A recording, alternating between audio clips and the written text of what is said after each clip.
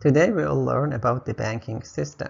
Just to remind you that these videos are really the lecture material, so you have to take notes on them. So for each slide, record the slide number on the top left, and then summarize the slide in your own words in one sentence, or you can write an example for it, or you can write a question on it. And you're going to show me your notes later to impress me. Let's go. Printing money will help stimulate the economy. This is actually a myth, and today we want to see how we can unpack the myth. So before we proceed, I want you to give me your initial reaction to this idea and how you would explain that this is a myth. And we're going to come back to it later. So pause here, record the slide number, and write a few lines, at least 30-40 words, at least 3 lines, 4 lines. And explain why this is a myth based on what you know so far. It's okay if your answer is not correct, but I just want you to give it a try. These are the kinds of questions that you can expect to get in a test, so take them seriously. Here's a question for you. Do you think credit card is money? Why or why not? Refer to the functions of money and see if credit card matches that. It may seem like, yeah, credit card, we use it for transactions, therefore it's a medium of exchange. But the reality is that credit card is not money. Why not? Let's say you go to buy coffee and you have to pay $5 for it. If you take out your credit card, you can pay the shopkeeper and come out. But are you done? Are you off the hook? No, you're actually on the hook because you still have to pay the bill at the end of the month. And how do you pay that? Well, using money, which is not just cash. It could be your bank account. It could be your checking account.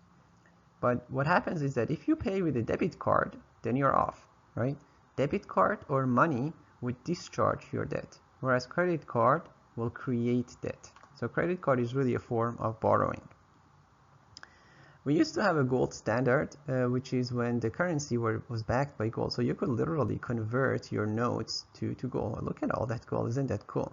Now we don't have that anymore. It's been more than 50 years that we don't have it. Why? Because the money that we have is already reliable, that people trust it. All right, so that's called fiat money. Okay, it only operates based on the government's approval, and because it has all that reputation, people use it. So pause here, record the slide number, and take some notes. Have you heard of these nasty acronyms?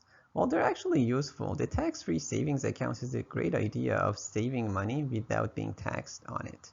And it's very useful to do it when you're young and you have low income. This is something that you have to be thinking about it as of now. And just keep in mind when you talk to your bank, it's limited by your age and how many years you've been a Canadian citizen. The good thing is that the unused amounts carry over. The RRSP, the Registered Retirement Savings Plan, is more for pension. It's useful when your earnings increase, so that you don't want to pay the tax right away, but then you can withdraw at old age when your income is lower so that you don't go into a higher tax bracket. And then another one is for education, for post-secondary education. So once you have children, please do this for your kids. It's an amazing way of helping them go to university, and the government contributes to it. So these are privileges for being Canadians. Pause here and summarize. Nice, origami. Now, when we talk about net worth, this is not really your actual worth as a person. It's not your intrinsic human worth. This is actually an accounting thing. So it's your assets minus liabilities. It's a measure of your wealth. Now, this cartoon is quite interesting. If you look at it, the beggar actually has the greatest net worth because the other people are all in debt, right? So what is assets? Assets are basically what you own. And here are a whole bunch of examples of things. As opposed to liabilities, which is what you owe. And there are a whole bunch of examples here. So once you put them in, once you have basically the net of all of that, that's going to be your net worth. It can be positive or negative. So pause here. I would say write some examples of your own assets and your own liabilities, whatever it may be. You want to be smart about how you hold your wealth. Keep in mind that most assets depreciate in value over time. A prime example of that is a car. When it comes to savings, try to go for compound interest. You just saw an example of that, how it can build up over time. Something that's also very useful is be careful about monthly fees. They can be little each time, but they add up to a lot over time. And then you're going to be like, oh no, what have I done? The good thing for you guys is that you're students, so usually there are student accounts with no fees, so make sure you go for that. And sometimes there are other options, like if you have a package of multiple accounts, there will be no fees, but be very careful about not paying any monthly fees to banks or credit cards. Talking of which, don't get a loan unless you know how to pay. You can easily be ripped off by banks and financial institutions when it comes to interest payments on loans. Don't get a credit card if you know you don't have the discipline, if you know you're likely not to pay the balance on time, or else you're going to be a slave to your card. These are useful tips for your financial investments, so pause here and summarize it in your own words. The most major financial decision that most people make in their life is becoming a homeowner. It's a great goal for a lot of people, and it affects their life a lot, especially because of the mortgage payments. It's their greatest financial asset. It's also very important for raising a family. It makes a lot of difference when you have kids if you have more space than less. All right. So there are certain requirements here that I'm giving you. So you need to have a lot of savings for the down payments. Also, people tend to buy a home when they want to settle, usually a bit later in their life when they want to stabilize. And you're going to be responsible for the repairs. And there are a bunch of conditions and determining factors in what is a good home and how to make a decision. So these are usually good tips. This is a real estate tip: location. So location means it should be close to good access, basically, especially to schools. If you have children, you have to think ahead. Good schools around you, access to highways and public transit. And in terms of security, also the crime level, and also the potential for growth, so that the value of the home will grow. All of that is location. I'm gonna admit I put state here so that it rhymes with date. Oh no, but what I mean by state is how renovated it is. Okay, so pause here. What I would suggest is think of some other requirement than these for becoming a homeowner, and also some determining factor other than these, and add that to your notes. Wow, that was cool. Now you might be like, hang on, what the hell is this mortgage? Look, guys, mortgage is just a loan. It's a long-term loan for real estate, for buying a home. All right? And you have to pay for it for two things. One of them is the principal, and one of them is the interest, right? The thing with the principal is that as you buy it, it's going to lower your liabilities, which means that it's going to increase your net worth. All right? So it's going to disappear over time, and it's going to get less. Now, another option is if you don't want to become a homeowner, is you can always rent. All right, and the conditions for that is one of them that's quite important is actually the landlord's character and personality, and also your neighbors. So this is actually going to make a lot of difference in terms of your experience in being anywhere. So it's not just the money, but actually the people around you can make your life a living hell or a paradise. So be careful, pay attention to that. So again, pause here, write down some notes on mortgage, and maybe for renting, add your own determining factors. Wow, that was cool. Let's talk a little bit about our banking system, which has two main branches. One of them is the central bank, one of them is the commercial or chartered banks. The central bank is the public sector, whereas the commercial is private. When in economics we say public, what it means is governmental, and when we say private, what it means is firms and households. So you're going to see those terms again. That's what public and private mean in economics. So this is the short one. Pause here and take notes. Canada's central bank is called the Bank of Canada. This CB you're going to see again, this is just central bank. Some of its main functions is that this is the institution which can print money. All right, and that's called the monetary policy, which we're going to see. So the Bank of Canada is not the kind of bank that you see in the street. It's in Ottawa. You cannot have an account in it. They can lend money to the commercial banks, especially if the commercial banks need to clear their accounts or to prevent panics. All right. They're officially owned by the government, but they're operationally independent. I want to emphasize this. First of all, when we say government, government means the Department of Finance and the Parliament. All right. But for all practical purposes, the Bank of Canada is an independent entity. All right. Now that's very important that the central bank should be independent. Why? Because think of the lifespan of a government. It's about 4 or 5 years. And when it's the election times, the government has incentive to make people happy and win popularity. They would look for a quick fix, and one of them is printing money to stimulate the economy, to create jobs so that the businesses can boom. But that's not a smart idea. Can you see why? When there's a surplus of money around, what happens to its value? is purchasing power drops, and that's called inflation. So printing money is only a political stimulus, only a political impulse. It's not an economic solution. And it's really short-sighted. Countries with high inflation are all countries where their central bank is not independent of the government. We want to maintain the autonomy of the central bank from the government so that it can aim at long-term economic stability, especially controlling inflation. We don't want the government to influence the central bank. In the news, you might see the Federal Reserve, sometimes called the Fed as a short form. So the Fed or the Federal Reserve is the equivalent of their central bank in the US. So pause here, record the slide number, and summarize it in your own words. Monetary policy is a macroeconomic policy where the central bank manipulates the interest rate. Now, do you remember what is interest rate? It is the opportunity cost of holding money. When you hold liquidity, you are giving up interest. It's also the cost of borrowing. When you borrow money, then you have to pay interest on it. And that goes hand in hand with the money supply. So in monetary policy, we have money supply and interest rate working together. How does that work? There's always an exchange between money for bonds. So let's look at an example. Let's say the central bank buy bonds from the people. All right, so this is people. If on the one side you have the central bank, on the other side you have the people, and the central bank wants to buy bonds, then people are giving their bonds. They're giving their bonds to the central bank. What are they receiving in return? In return, the central bank is giving them money. So the amount of money in circulation, the money supply is going to go up. And that's going to create a surplus of money. Now, whenever you have a surplus of anything, when there is a lot of something, what happens to its value? What happens to the ability to hold that, right? The interest rate is going to drop, okay, because it's so available, it's so easy to get a loan, the cost of borrowing is going to go down, all right? If the central bank sells bonds, on the other hand, then they're giving a lot of bonds to people, and people in return are giving their money back. So that's going to create a shortage of money. By the way, the first one is called an expansion of money supply. The second one is called a contraction of money supply. And in that case, the interest rate goes up. And now, if you remember again, interest rate is the cost of borrowing. So the way interest rate affects the economy is through people borrowing. So households and firms, how much they borrow is going to affect how much they spend.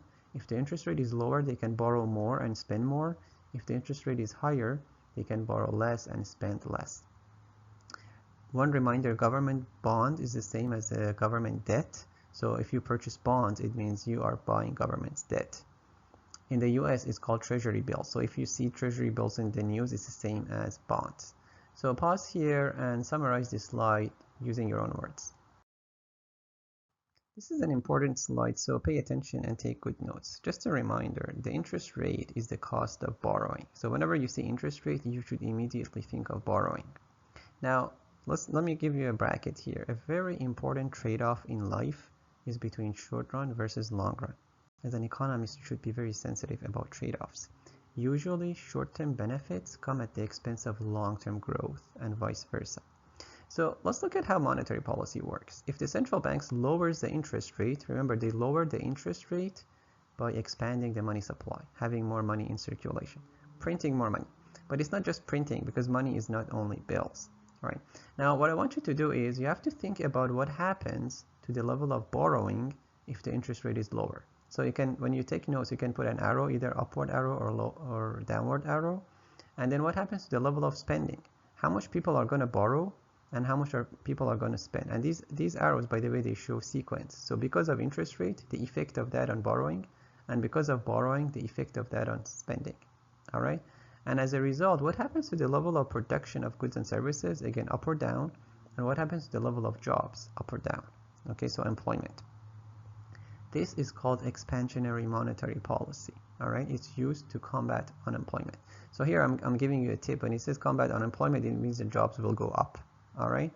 Now the thing is that this is only in the short run.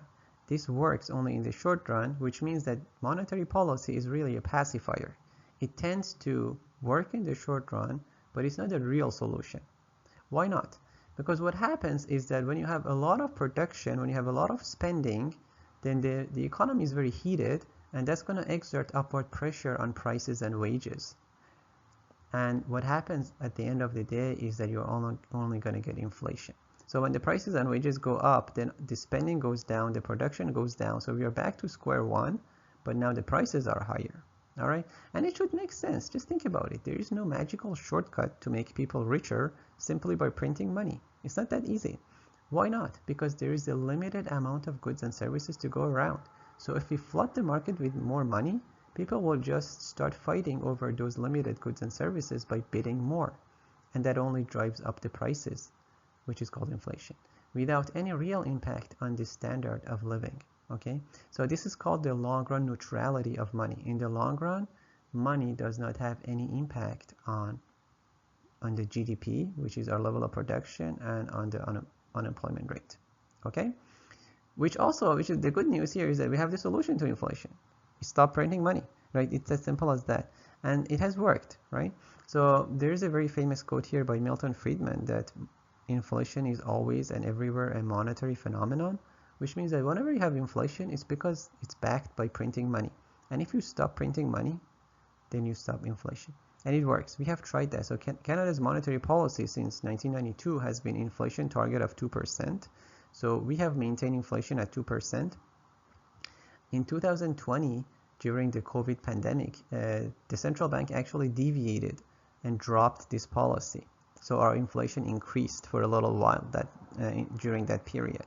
But that was an exception. Overall, we have been very successful, not just Canada, all Western countries, all industrialized countries have been very successful in maintaining inflation because the central bank has been independent and has been maintaining the money supply. All right. Now, I want you to also look at the opposite case. It should be easy. If the central bank raises the interest rate, what happens to the level of borrowing because of that? What happens to the level of spending because of that? And then what happens to production and jobs? So I want you to complete this in your notes as you go on. And that would be called contractionary monetary policy, which is used to combat inflation.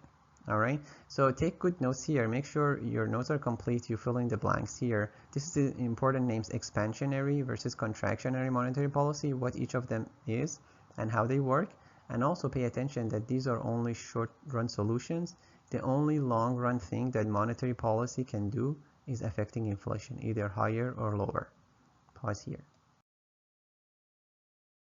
Did you see that? It was crushed.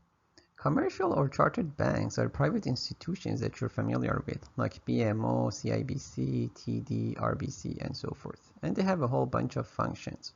The main one is that you can have a checking or savings accounts. They do investments. You might have heard of this word, mutual funds. This is basically when they pool money from many investors, and then they invest that money in stocks and bonds, trying to reduce the risk so that everybody gets the share in the long run. You've seen mortgage before. It's basically a loan for buying a home, and a whole host of other things that they do. These are things that you're familiar with, and it's a good idea to have an idea of what they do. Yeah, this is called wiring money. It's kind of like you put the money in the wire and send it over. What a mess. So pause here, take some notes, try to think of some of the functions of the commercial banks that you use and maybe your parents use. So write that in your notes. What do you think is the main source of income for banks? Is it the fees that they charge you? Well, that is a source of income, but that's not the main one. It's not really the fees, but it's rather the interest they charge on loans. And here we have a cool formula, which is the interest spread.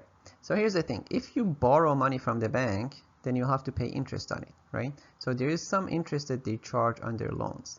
When you put your money in a savings account, then they pay you interest on that. Now, are the two interests equal? Far from it. Which one is higher? The interest that they charge you is much higher than the interest that they pay you, and that's their source of income.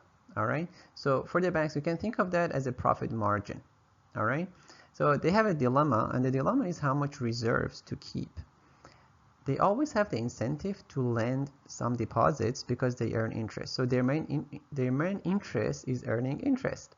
But the catch is they don't want to lend everything out, because if they lend out everything and then somebody goes to withdraw their money, then they're like, oh no, what have I done? What a mess.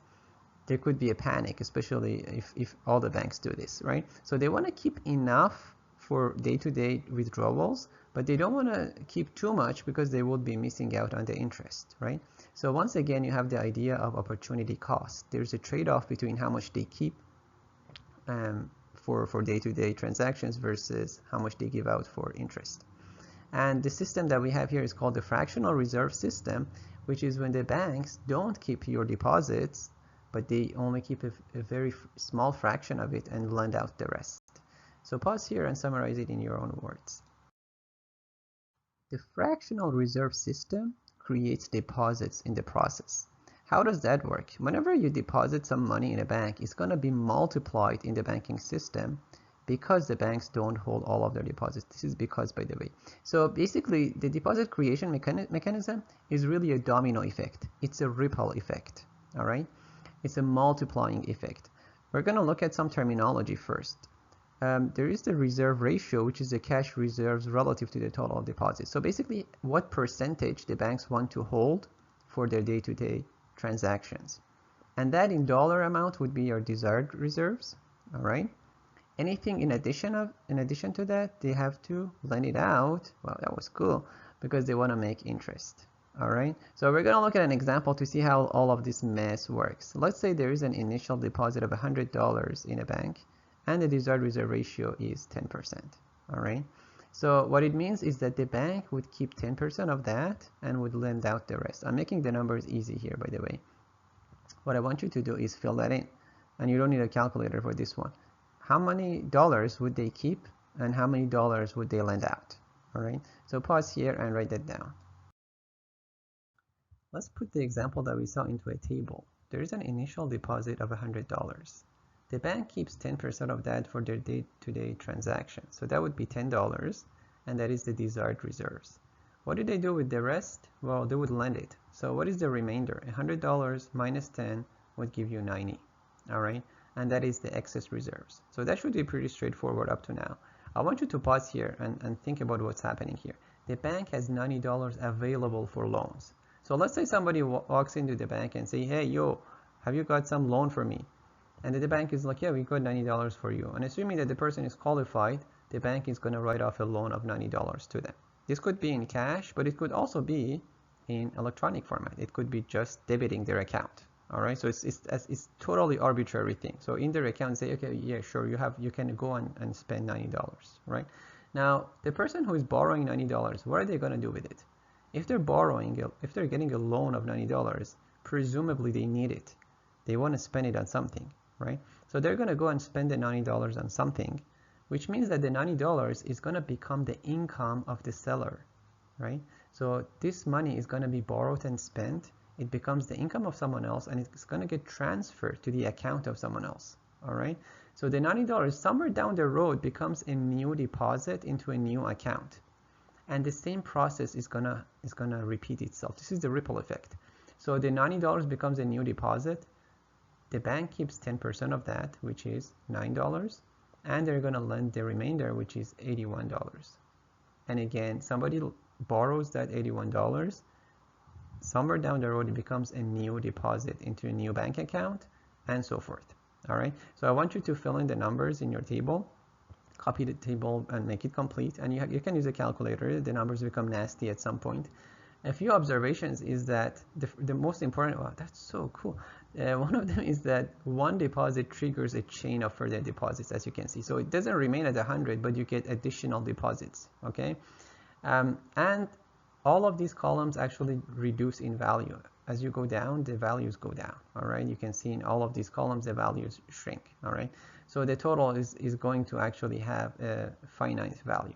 By the way, a withdrawal does exactly the opposite. If you go and withdraw $100 from your bank account, the bank is going to call back $90, and the person who will bring it back is going to again trigger further withdrawals in other banks, all right? So it goes both ways. It's very symmetrical in this sense. So pause here, copy the table, and complete it for yourself. Now you might be like, hang on, is there a way to find the total deposits that's created in the process? And the answer is yes. There is actually a simple formula where you have the initial deposit divided by the reserve ratio. The only kind of trick here is that your reserve ratio will be in decimals. There's another formula here, which is the bank multiplier. Again, very simple, and again, your reserve ratio is in decimals, all right? A very useful checkpoint, guys, is that your bank multiplier will always be greater than 1. It's a multiplier, for heaven's sake, right? So let's look at an example. Let's say you have the example that you had $100 of initial deposits, right? And 10% reserve ratio, which is 0.1. You find the total deposits and the bank multiplier. This is not rocket science, guys. You just have to plug in the numbers. By the way, in terms of terminology, the bank multiplier is also called the money multiplier and the deposit expansion multiplier. So pause here and do the question in your notes. Let's summarize what we learned today. Monetary policy is based on the interest rate and money supply, and it is governed by the central bank. Notice that the arrows show sequence. So we start with the monetary policy, and it has two main tools, money supply as well as the interest rate. And you read from the beginning of the arrow to the end. All right, so that's how you read the concept map. Too much money supply can lead to inflation, and that's exactly why our central bank has an inflation target. The central bank also monitors the commercial banks. The interest rate determines the mortgage rate, and the mortgage is a form of liability. We also talked about net worth, which is based on our assets versus our liabilities. We talked about some examples of assets. Oh, that's so cool. Some examples of assets, and these are actually things which commercial banks offer, all right? But they also offer credit cards as well as mortgages, and the credit card is really a form of liability, right? It's not money. Commercial banks they operate based on the fractional reserve system, and that leads to the deposit creation through the bank multiplier. All right, so in today's lesson, I would emphasize the concept of monetary policy as well as the interest rate. So these are really central. So pause here, do your own concept map, try to add some of the concepts that are not included here. The more you can change things, the more you internalize it and the more you succeed in your learning. It is totally okay if your concept map is messy. The important thing is that you put thought into it. So pause here, record the slide number, and do your own concept map before you proceed. Here I want you to pause for a few minutes and update the answer that you gave to the myth of the day using what you learned in today's lesson. So look at the concepts from today's lesson and take your time, improve the answer that you had to the myth based on what you learned today. Pause here. I'm going to show you an example of a student who did a good job, and this can be a good answer in an exam to give. So in terms of counterexamples, you can think of Venezuela and Zimbabwe. You can also think about Canada during COVID. In terms of counter-arguments, we have to be careful that the living expenses will go up, and we have to be careful that liquidity is going to lead to inflation in the long run. And more money in the circulation will affect the purchasing power of our currency. All right, so improve your answer based on what you learned and make sure you have your own answers. It's okay to be inspired by what I have here, but not simply copying it. Have a great day.